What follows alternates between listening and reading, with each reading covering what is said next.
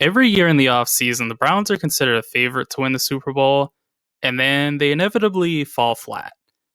But what if this is actually the year it all comes together? When you look at the roster, there are stars on both sides of the ball, so it's hard to argue against the notion of them being contenders. So let's investigate just how real this notion is, though.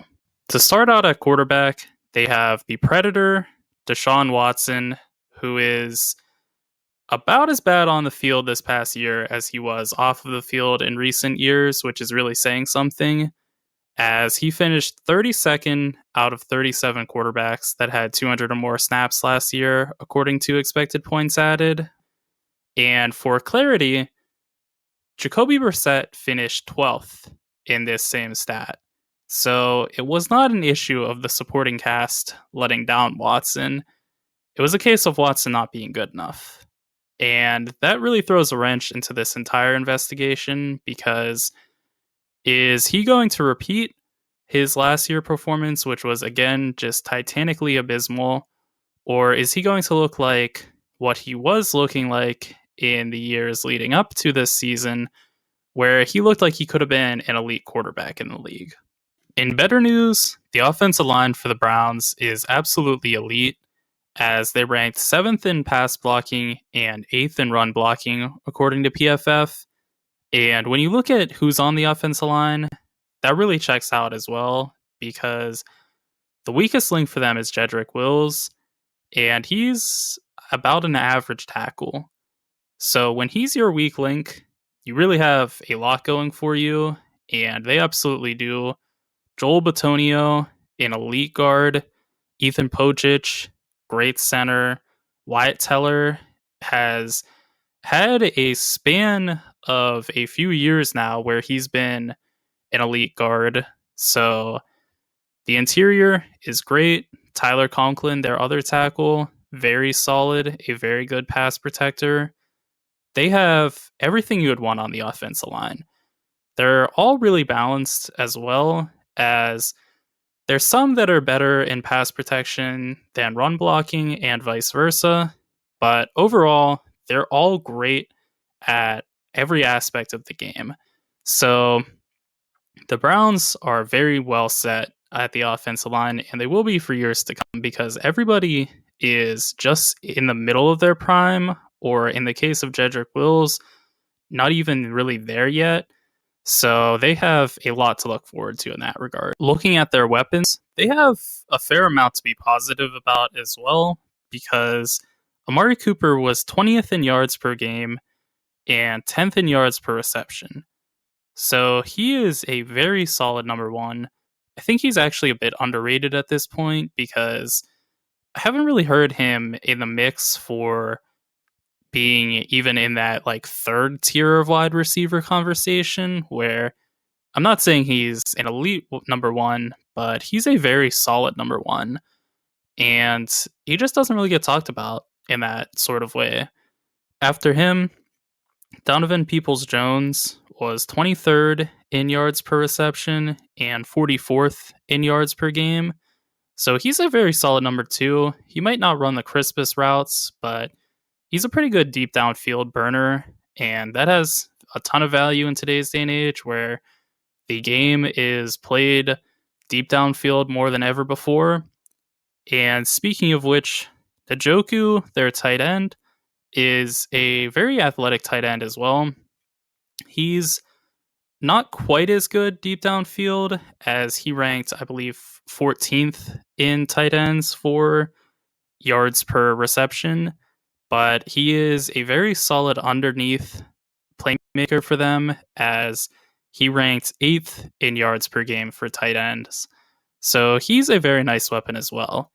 They also added Elijah Moore from the Jets, who just was in a very crowded wide receiving room all of a sudden in New York. So there is some potential there. Elijah Moore performed pretty well in 2021, and they got him for an exchange of a third round pick for a fourth round pick. So a great low risk move for them. He could be something for the Browns moving forward.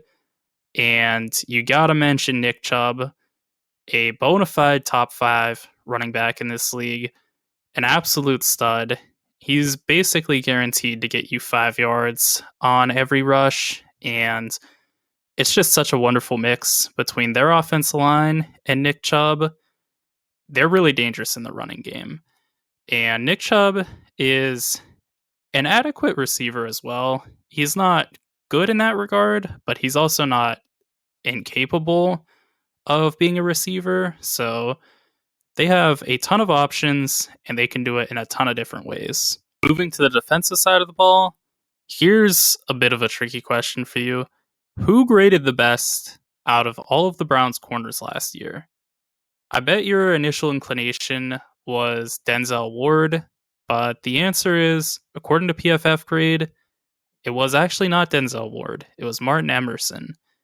And he had a fantastic year, according to PFF grades, as he ranked 23rd out of 118 corners last season with a 73 grade. And the number 2 corner was actually Greg Newsome, who finished 34th out of 118 corners.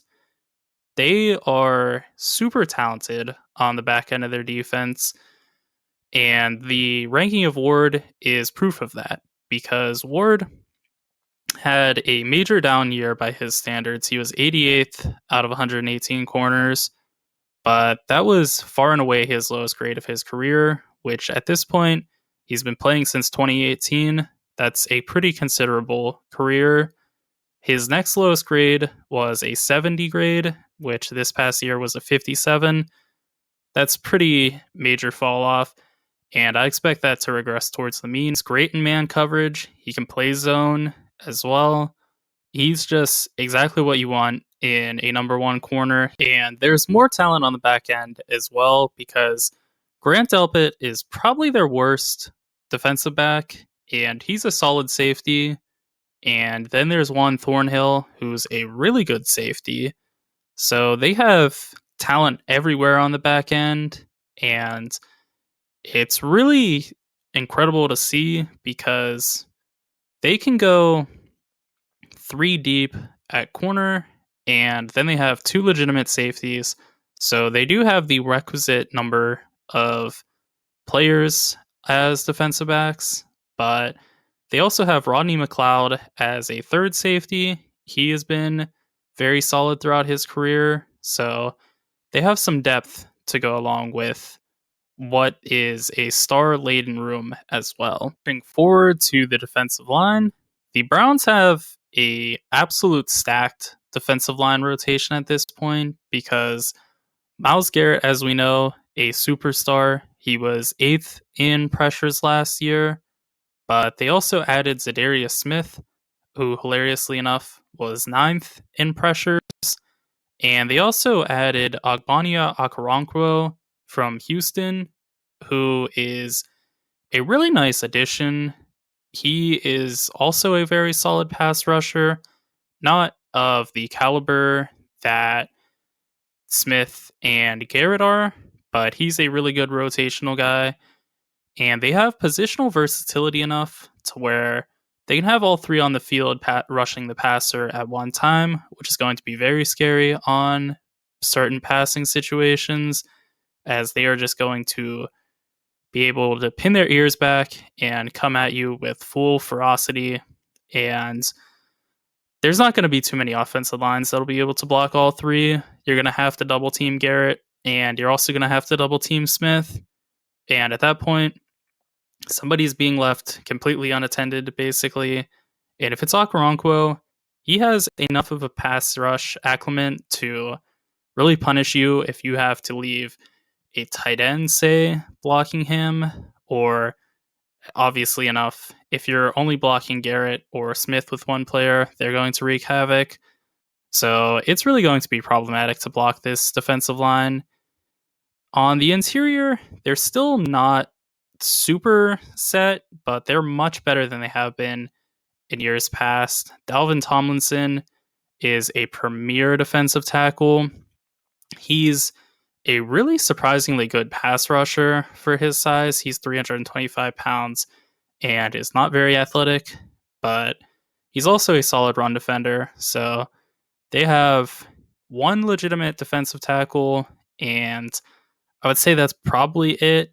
You could try to convince me that Perion Winfrey is going to make a jump or Jordan Elliott, but they have not been good to this point. And in the case of Winfrey, it's only a 1-year sample size, but with Elliott, it's 3 years, and he hasn't shown basically anything in the league.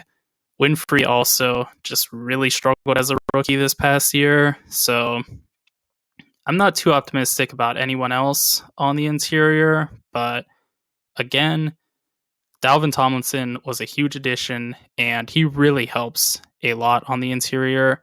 Maurice Hurst, if he can stay healthy, can be a pretty big factor.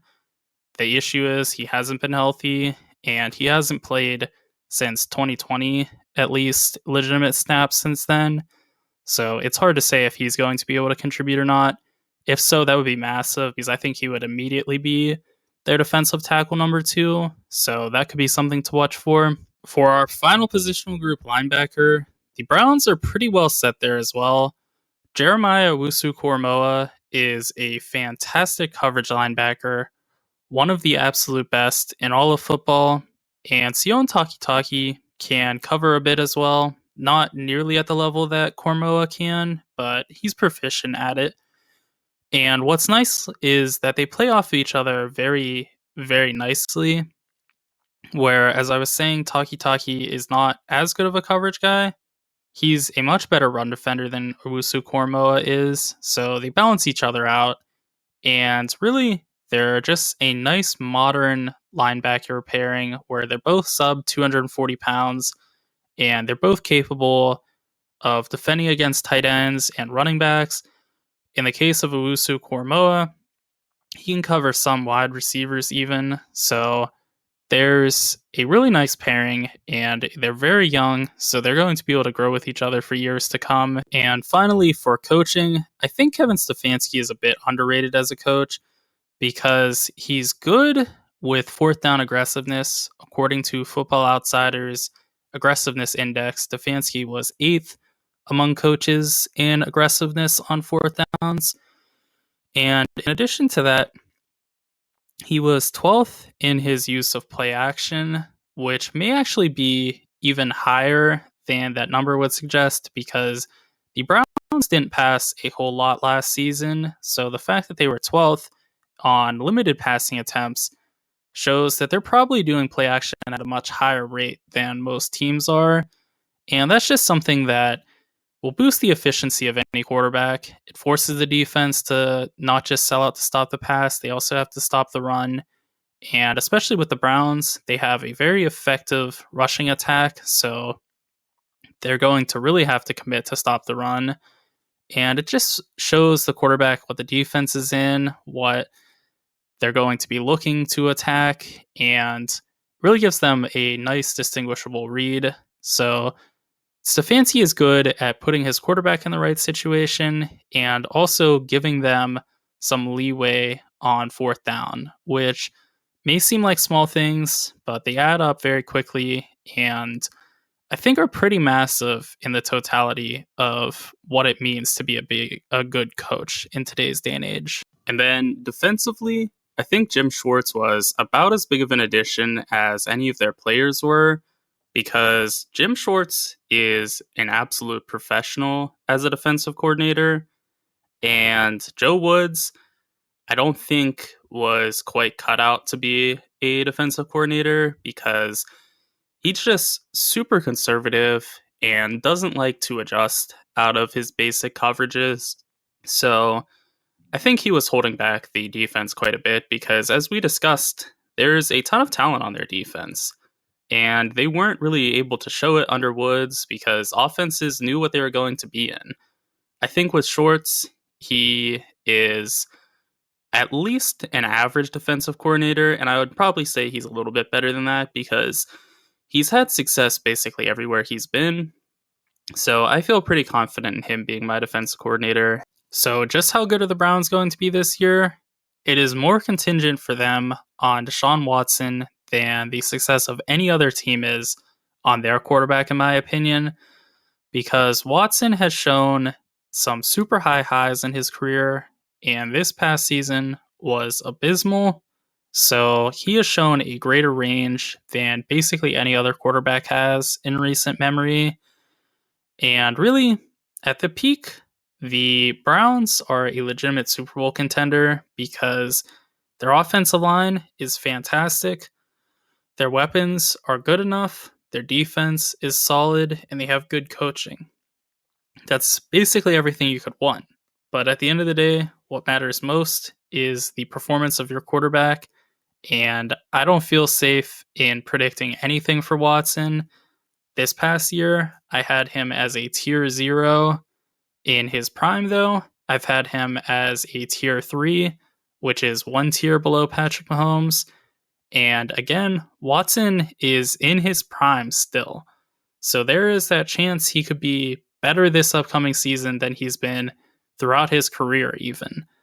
But he was so bad last year that I feel really hesitant to predict that. So I'm just splitting it down the middle and saying he's going to be a tier 1.5 this upcoming season, splitting it between last year's abomination and the excellence of his career up until this point. And I think that's fair enough because I could again see him being improved and being as good as he has been in his career, but I don't want to bet on that because I just can't get past last year's poor performance.